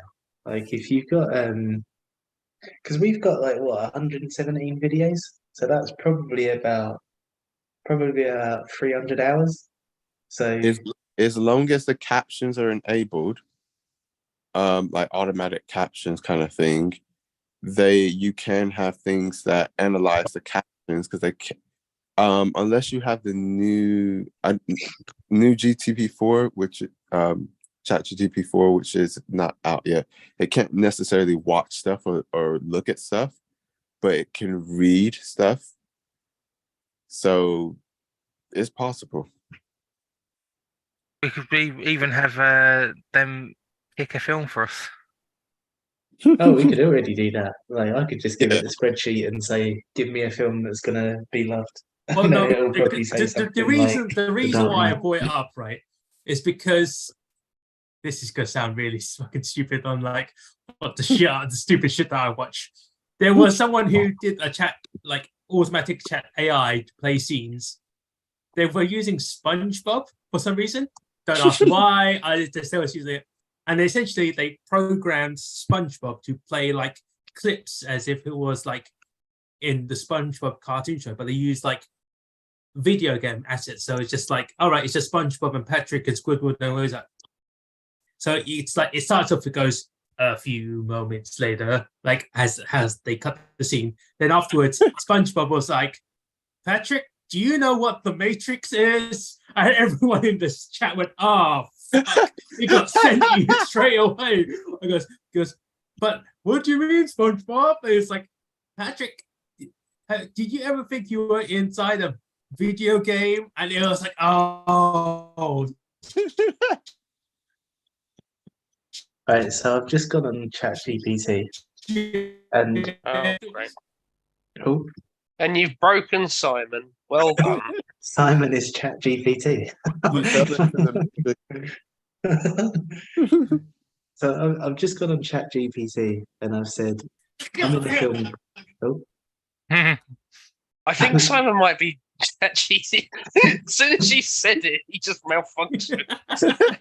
No, I did on purpose, but like, you know. Incoming job.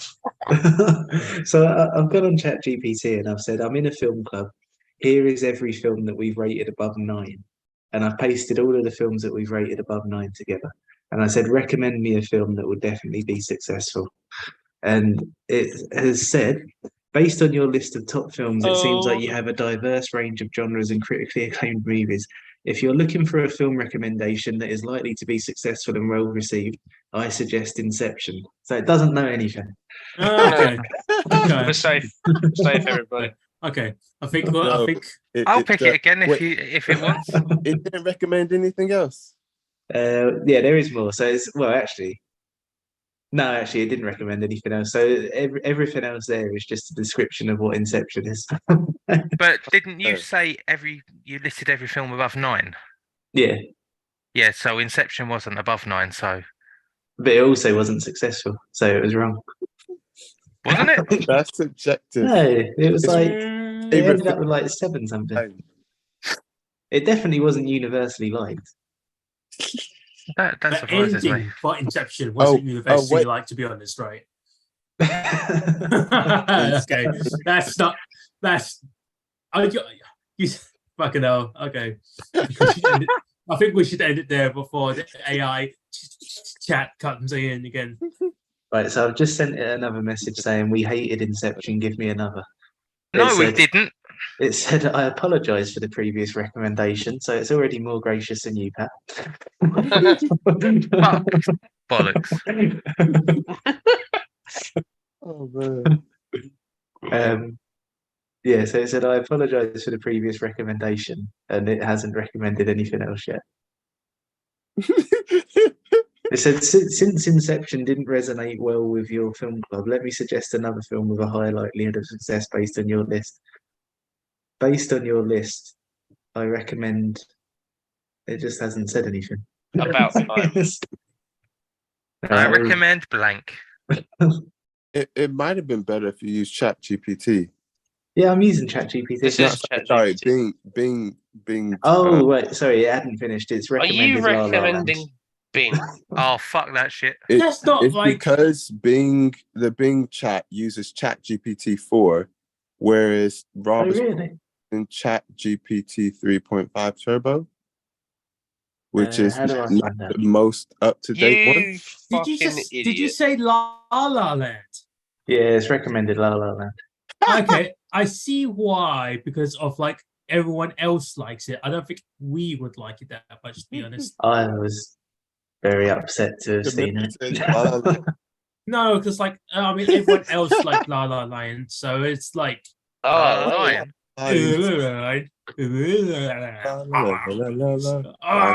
Robot failing. Explosions. I mean, we had one of the soundtrack things at our wedding playlist, We did.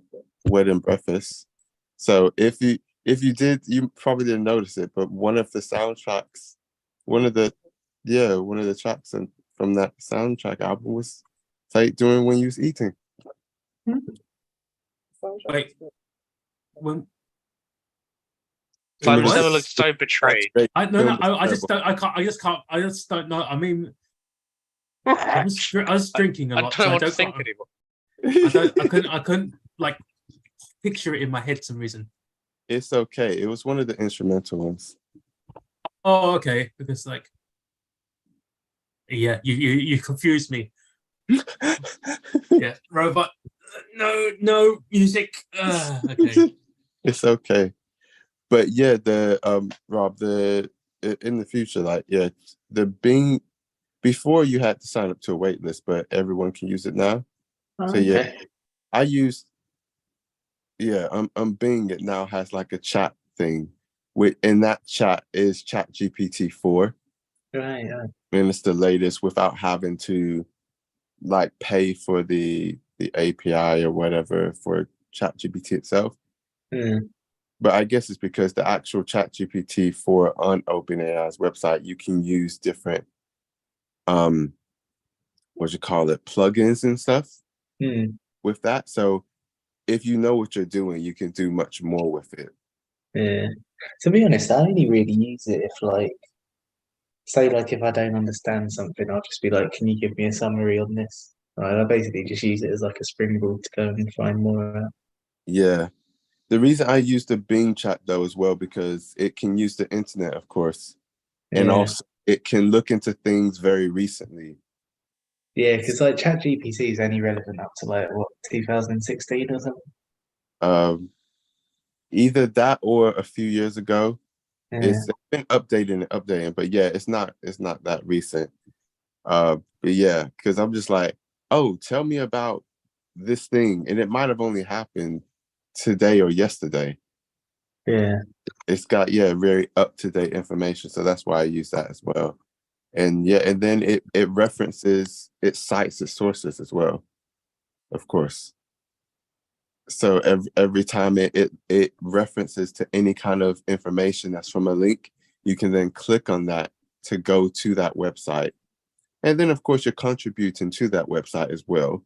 You're contributing to its clicks, but you're also able to go further into whatever other information it didn't include in its summary or something, which I kind of like. It's like a super search in a way. I hate it. You hate. I hate, therefore I Well, you should like Paw Patrol then.